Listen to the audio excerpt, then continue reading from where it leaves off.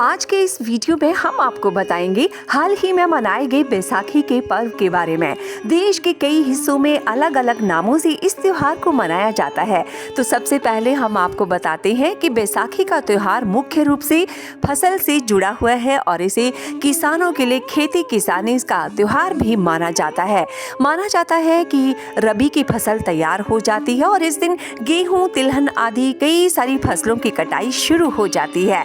और ये भी कहा जाता है कि इस दिन कटाई जब शुरू होती है तो ये उत्सव का त्योहार होता है, क्योंकि लोगों के घरों में धन आता है। गेहूं, अनाज और दूसरी फसलों को बेचकर लोग धनवान भी बनते हैं और उनके भंडार अनाज के भरते हैं। पंजाब में ये त्योहार और खास इसलिए हो गया क्योंकि 1699 में सिखों के अंतिम गुरु गोविंद सिंह ने 13 अप्रैल को ही आनंदपुर साहिब में मुगलों के अत्याचारों का सामना करने के लिए खालसा पंथ की स्थापना की थी। और उसी दिन से सिख समुदाय इस त्योहार को बहुत ही धूमधाम से मनाता है।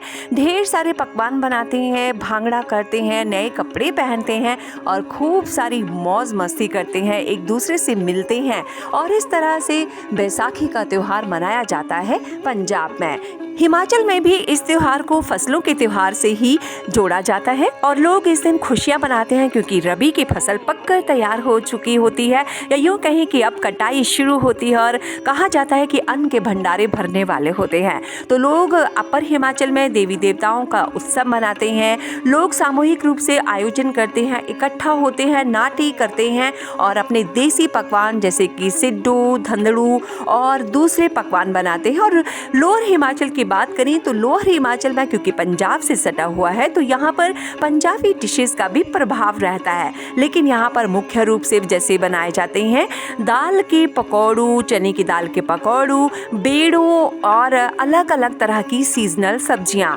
और साथ ही क्योंकि जो पंजाब से लगे हुए इलाके हैं वहाँ पर सरसों का साग, छोले भटूरे, पिंडी छोले, कढ़ी और मीठे चावल जैसे कि केसरी पुलाव, आटे की पिन्नी, खीर और लस्सी भी बनाई जाती है। तो इस तरह से यहाँ पर लोअर हिमाचल में ये त्योहार मनाया जाता है। 13 अप्रैल को ही असम में मनाया जाता है बोहाग बिहू यानी रोंगाली बिहू। और असम में भी अन्य राज्यों की तरह ही इसे फसल के त्योहार के रूप में भी मनाया जाता है। मुख्य रूप से ये त्योहार वहाँ पर भी फसल की कटाई को ही दर्शाता है, उसी से जुड़ा हुआ है। लेकिन साथ ही साथ माना जाता है कि इस दिन बसंत ऋतु का भी आगमन होता है और यहाँ पर असमी नववर्ष की शुरुआत के तौर पर लोग इसे धूमधाम से मनाते हैं। असम के लोग मानते हैं कि उनका नववर्ष 13 अप्रैल यानी रोंगाली बिहू के दिन, बोहाग बिहू के दिन ही शुरू होता है। तो इस दिन घर के बड़े, बूढ़े, बुजुर्ग, बच्चे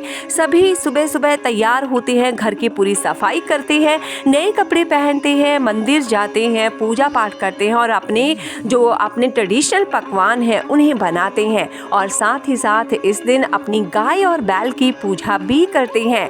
भगवान की पूजा के साथ साथ अपने गाय और बैल की पूजा दर्शाता है कि खेती में इनका कितना बड़ा योगदान है। और साथ ही साथ लोग बहुत सारे पकवानों को एक दूसरे के साथ मिलकर खाते हैं, एक दूसरे को बांटते हैं और मिलजुल कर जगह जगह पर बिहू करते हैं। लोकगीत जो उनका नृत्य है बिहू, उन्हें भी करते हैं। और इस दिन दान का भी असम में विशेष महत्व है और इस दिन को बड़ी ही उत्साह के साथ, बड़ी ही खुशी के साथ रोंगाली बिहू को असम के लोग मनाते हैं, चाहे देश के किसी भी कोने में हो या दुनिया के किसी भी कोने में हो। और यहाँ पर ये भी माना जाता है कि नववर्ष के पहले ही दिन अगर 101 तरह के पौधे, पत्तियों, जड़ी बूटियों के जो सब्जी है या उनके पकवान हैं उसे खा लिया जाए तो पूरे वर्ष भर आप स्वस्थ रहेंगे। तो कई लोग 101 प्रकार की हरी पत्तेदार सब्जियां भी बनाते हैं और कामना करते हैं कि नववर्ष को हम ऐसे ही स्वस्थ रहें और खुशी खुशी मनाएं। साथ ही साथ इस दिन दोई चिरा यानी जो चिड़वा होता है, पीठा, लारू, मीठे गोले, लड्डू जो होते हैं तिल के, और देखिए आप महिलाएं कितनी खूबसूरत सजी हैं, बच्चियां भी बांस की टहनियाँ और केले के फूलों की सब्जियां तथा मौसमी जो वहाँ पर फल फूल होते हैं, सब्जियां होती हैं, इस तरह की सब्जियां भी बनाई जाती हैं। ये देखिए खूबसूरत असली बच्चा जिसे तैयार किया गया है नए वर्ष पर। ये भी माना जाता है कि बड़े हों, बूढ़े हों या महिलाएं, बच्चे, सभी को खूब सजना धजना चाहिए, क्योंकि इससे घर में खुशहाली और समृद्धि आती है। तो महिलाएं और सभी बड़े बूढ़े खूब सजते हैं। और अब बात करें अगर बंगाल की, तो बंगाल में भी 14 और 15 अप्रैल को मनाया जाता है पोइला बैशाख, यानी बंगाली कैलेंडर के हिसाब से उनका नववर्ष और उनके नववर्ष का पहला दिन। तो इस दिन सभी बंगाली परिवार, उनके घर के बच्चे, बूढ़े, महिलाएं, बुजुर्ग अच्छे से सुबह जल्दी उठकर तैयार होते हैं, अपनी पूजा करते हैं, मंदिर जाते हैं और अपने जो उनके पकवान हैं उन्हें बनाते हैं। घर की साफ सफाई के साथ साथ अपने घर के बड़े बूढ़ों का आशीर्वाद भी लेते हैं।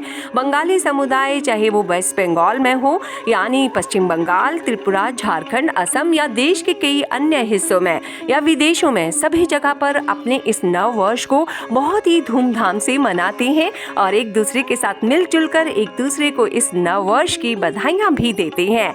और इस दिन बनाते हैं नव बंगाली अपना स्वादिष्ट व्यंजन, मछली, दाल, सब्जियां, मिठाई और इसके अलावा कई तरह के पुलाव, आलू दम, शुक्तो, बैंगन भाजा जैसी कई सारी डिशेस। पोइला बैशाख के अवसर पर बंगाल में कई जगहों पर मेले आयोजित किए जाते हैं और कई तरह के संगीत और नृत्य के कार्यक्रम भी आयोजित किए जाते हैं।